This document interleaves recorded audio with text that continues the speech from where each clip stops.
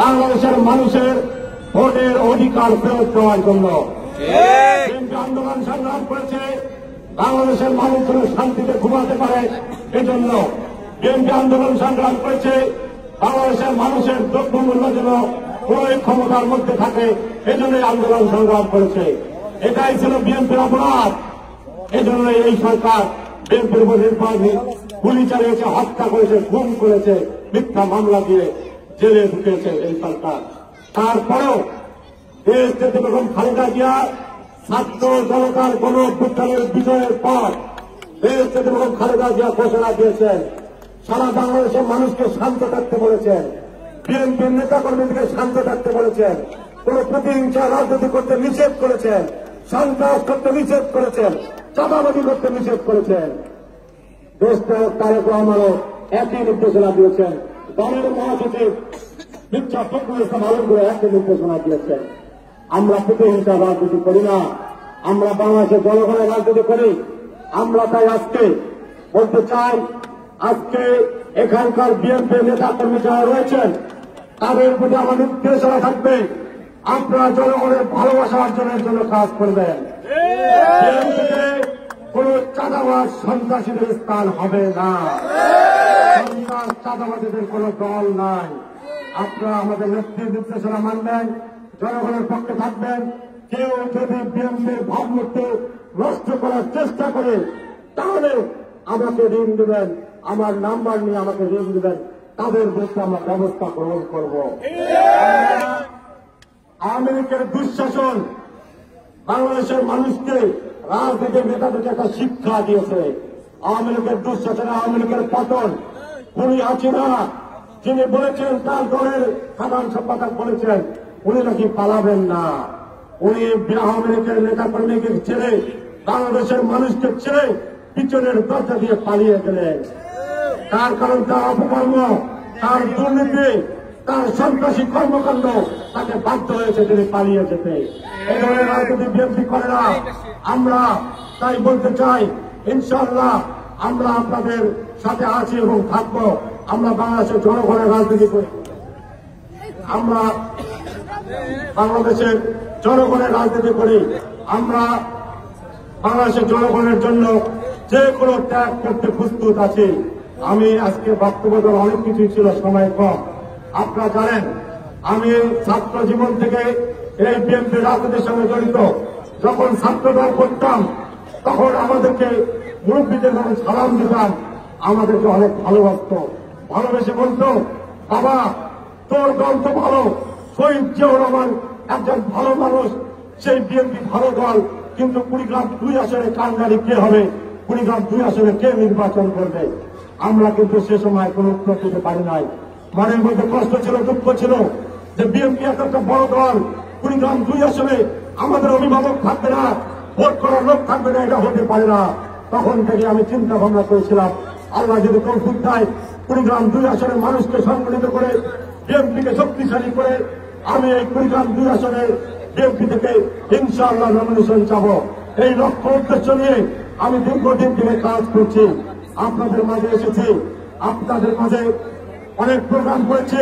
দীর্ঘদিন থেকে আপনারা আমাকে সাহস জুগিয়েছেন, আপনারা আমাকে দোয়া করেছেন, আমার জন্য টাকা খরচ করেছেন, বিএনপিকে শক্তিশালী করেছেন, বিএনপির পতাকাতে ঐক্যবদ্ধ হয়েছেন। আপনাদের ঋণ আমি কোনোদিনও শোধ করতে পারবো না। আপনাদের যদি আমি কৃতজ্ঞ, তবে এতটুকু কথা দিতে পারি, ইনশাআল্লাহ আপনারা আমার জন্য দোয়া করবেন। আল্লাহ তাআলা যদি আপনাদের দোয়া সহযোগিতা নিয়ে মহান রব্বুল আলামিন যদি বিএনপি থেকে নমিনেশন নিয়ে ভোট করার তৌফিক দান করে আমি আমার নিজের জীবনকে উৎসর্গ করে দেব। আমি জনগণের সেবক হতে চাই, আমি প্রমাণ করে দিতে চাই জনপ্রতিনিধির কোন অহংকার থাকা চলবে না, কোন ঘুষ খেতে পারবে না, জনপ্রতিনিধি চাকরির বাণিজ্য করতে পারবে না। জনগণের সেবক, এটা ইনশাআল্লাহ আমার কাজের মাধ্যমে প্রমাণ করাই দেব। ভালো থাকুন, সুস্থ থাকুন। আজকে কষ্ট করে আপনারা একটা প্রোগ্রাম করেছেন, আপনাদের মূল্যবান সময় আমরা নষ্ট করেছি, আপনারা কষ্ট করে আমাদের এই প্রোগ্রামে উপস্থিত হয়ে এই প্রোগ্রামকে আপনারা সফল করেছেন। এই জন্য আমি আমার পক্ষ থেকে, জেলা বিএনপির পক্ষ থেকে আন্তরিকভাবে ধন্যবাদ কৃতজ্ঞতা জানিয়ে আমি আমার বক্তব্য শেষ করছি। ধন্যবাদ সবাইকে। আসসালামু আলাইকুম ওয়া রাহমাতুল্লাহি ওয়া বারাকাতুহু। ধন্যবাদ তারুণের অহংকার তারেক রহমানের চরক বাংলাদেশ বর্ষিত মার্কেটে। ধন্যবাদ সবাইকে। আসসালামু আলাইকুম ওয়া রাহমাতুল্লাহি ওয়া বারাকাতুহু। চেষ্টা করছি জনাব আলহাজ সোহেল ইসলাম কায়কোবাদের নেতৃত্বে এই আসনে আমরা তাকে ভোটের মাধ্যমে নির্বাচিত করে আমরা মহান সংসদে পাঠাবো এবং এই অঞ্চলের মানুষের উন্নয়নের জন্য তাকে তার মাধ্যমে আমরা এই অঞ্চলের মানুষের উন্নয়ন করব ইনশাআল্লাহ। জাতীয় বন্ধুগণ, আমি সেই সঙ্গে ধন্যবাদ জানাচ্ছি আজকে যারা এই আয়োজনটি করেছে চকড়াইহাটের মানুষ এখানে যারা বিএনপি রাজনীতির সঙ্গে সক্রিয়ভাবে জড়িত, আমি তাদেরকে ধন্যবাদ জানাচ্ছি আজকের এই সন্ধ্যায় সুন্দর এরকম একটি আয়োজন করার জন্য। কিন্তু একটু সমালোচনাও করতে হয়। সমালোচনা এই কারণেই করতেছি যে আপনারা দাওয়াত দিয়েছেন 500 মানুষকে, 1000 মানুষকে, কিন্তু চেয়ার দিয়েছেন 300। এটাই সত্যি এটা একটা দুঃখজনক ঘটনা। কারণ এখানে অনেক মুরব্বীরা দাঁড়িয়ে আছেন, হ্যাঁ, তাদেরকে আপনারা কিন্তু বসতে দিতে পারেননি। এটা সত্যি একটা দুঃখজনক ব্যাপার।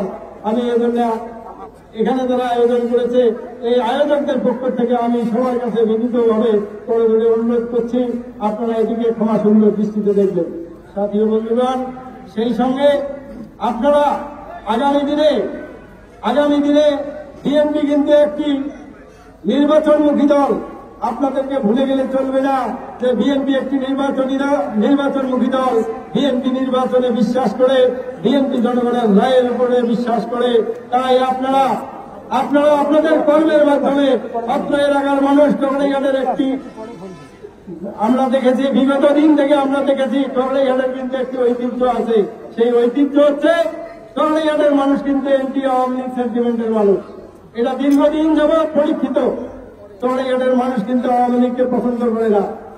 সে কারণেই আমি বলতেছি, এই চকড়াইহাটে যারা বিএনপির রাজনীতির সঙ্গে জড়িত, আপনাদের কাছে আমি বিরত অনুরোধ করবো, যারাই বিএনপির রাজনীতির সঙ্গে জড়িত, আপনারা বিশেষভাবে আমার এই সামান্য কথাটি আপনারা একটু মনে রাখার চেষ্টা করবেন, যাতে সাধারণ মানুষ যেন আপনাদের প্রতি ওই আওয়ামী লীগের মতন, আওয়ামী লীগের যারা এখানে ছিল তাদের মতো আচরণ যেন আপনাদের কাছ থেকে না পায়, সেই বিষয়টি আপনারা অবশ্যই গুরুত্বের সঙ্গে দেখবেন।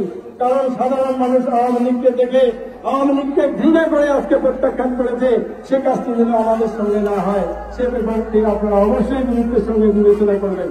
সেই সঙ্গে আমি আগামী নির্বাচনে জনাব সোহেল ইসলাম কায়কোবাদকে আমরা সর্বোচ্চ চেষ্টা করব, আমরা একতাবদ্ধ থেকে চেষ্টা করব, তাকে যেন দলের হাইকমান্ড থেকে আমরা যেন নমিনেশন নিয়ে দিতে পারি। আমরা যদি সংঘবদ্ধ থাকি, আমরা যদি সবাই একতাবদ্ধ থাকতে পারি, তাহলে দলের হাইকমান্ড অবশ্যই আমাদের কথা বিবেচনা করে জনাব সোহেল ইসলাম কায়কোবাদকে আমাদের মাঝে প্রার্থী হিসেবে তারা যদি ঘোষণা দেয়, আমরা সকলে মিলে আমরা যেন তাকে নির্বাচিত করে এই অঞ্চলের মানুষের উপকার করতে পারি, এই অঞ্চলের মানুষের উন্নয়ন করতে পারি, এই আশাবাদ ব্যক্ত করে সকলের সুস্বাস্থ্য এবং দীর্ঘায়ু কামনা করে আমি আমার বক্তব্য শেষ করছি। খোদা হাফেজ। বাংলাদেশ জিন্দাবাদ, বাংলাদেশ জাতীয়তাবাদী দল জিন্দাবাদ, শহীদ জিন্দাবাদ, তারুণ্যের অহংকার তারেক রহমান জিন্দাবাদ। আসসালামু আলাইকুম ওয়া রাহমাতুল্লাহি ওয়া বারাকাতুহু।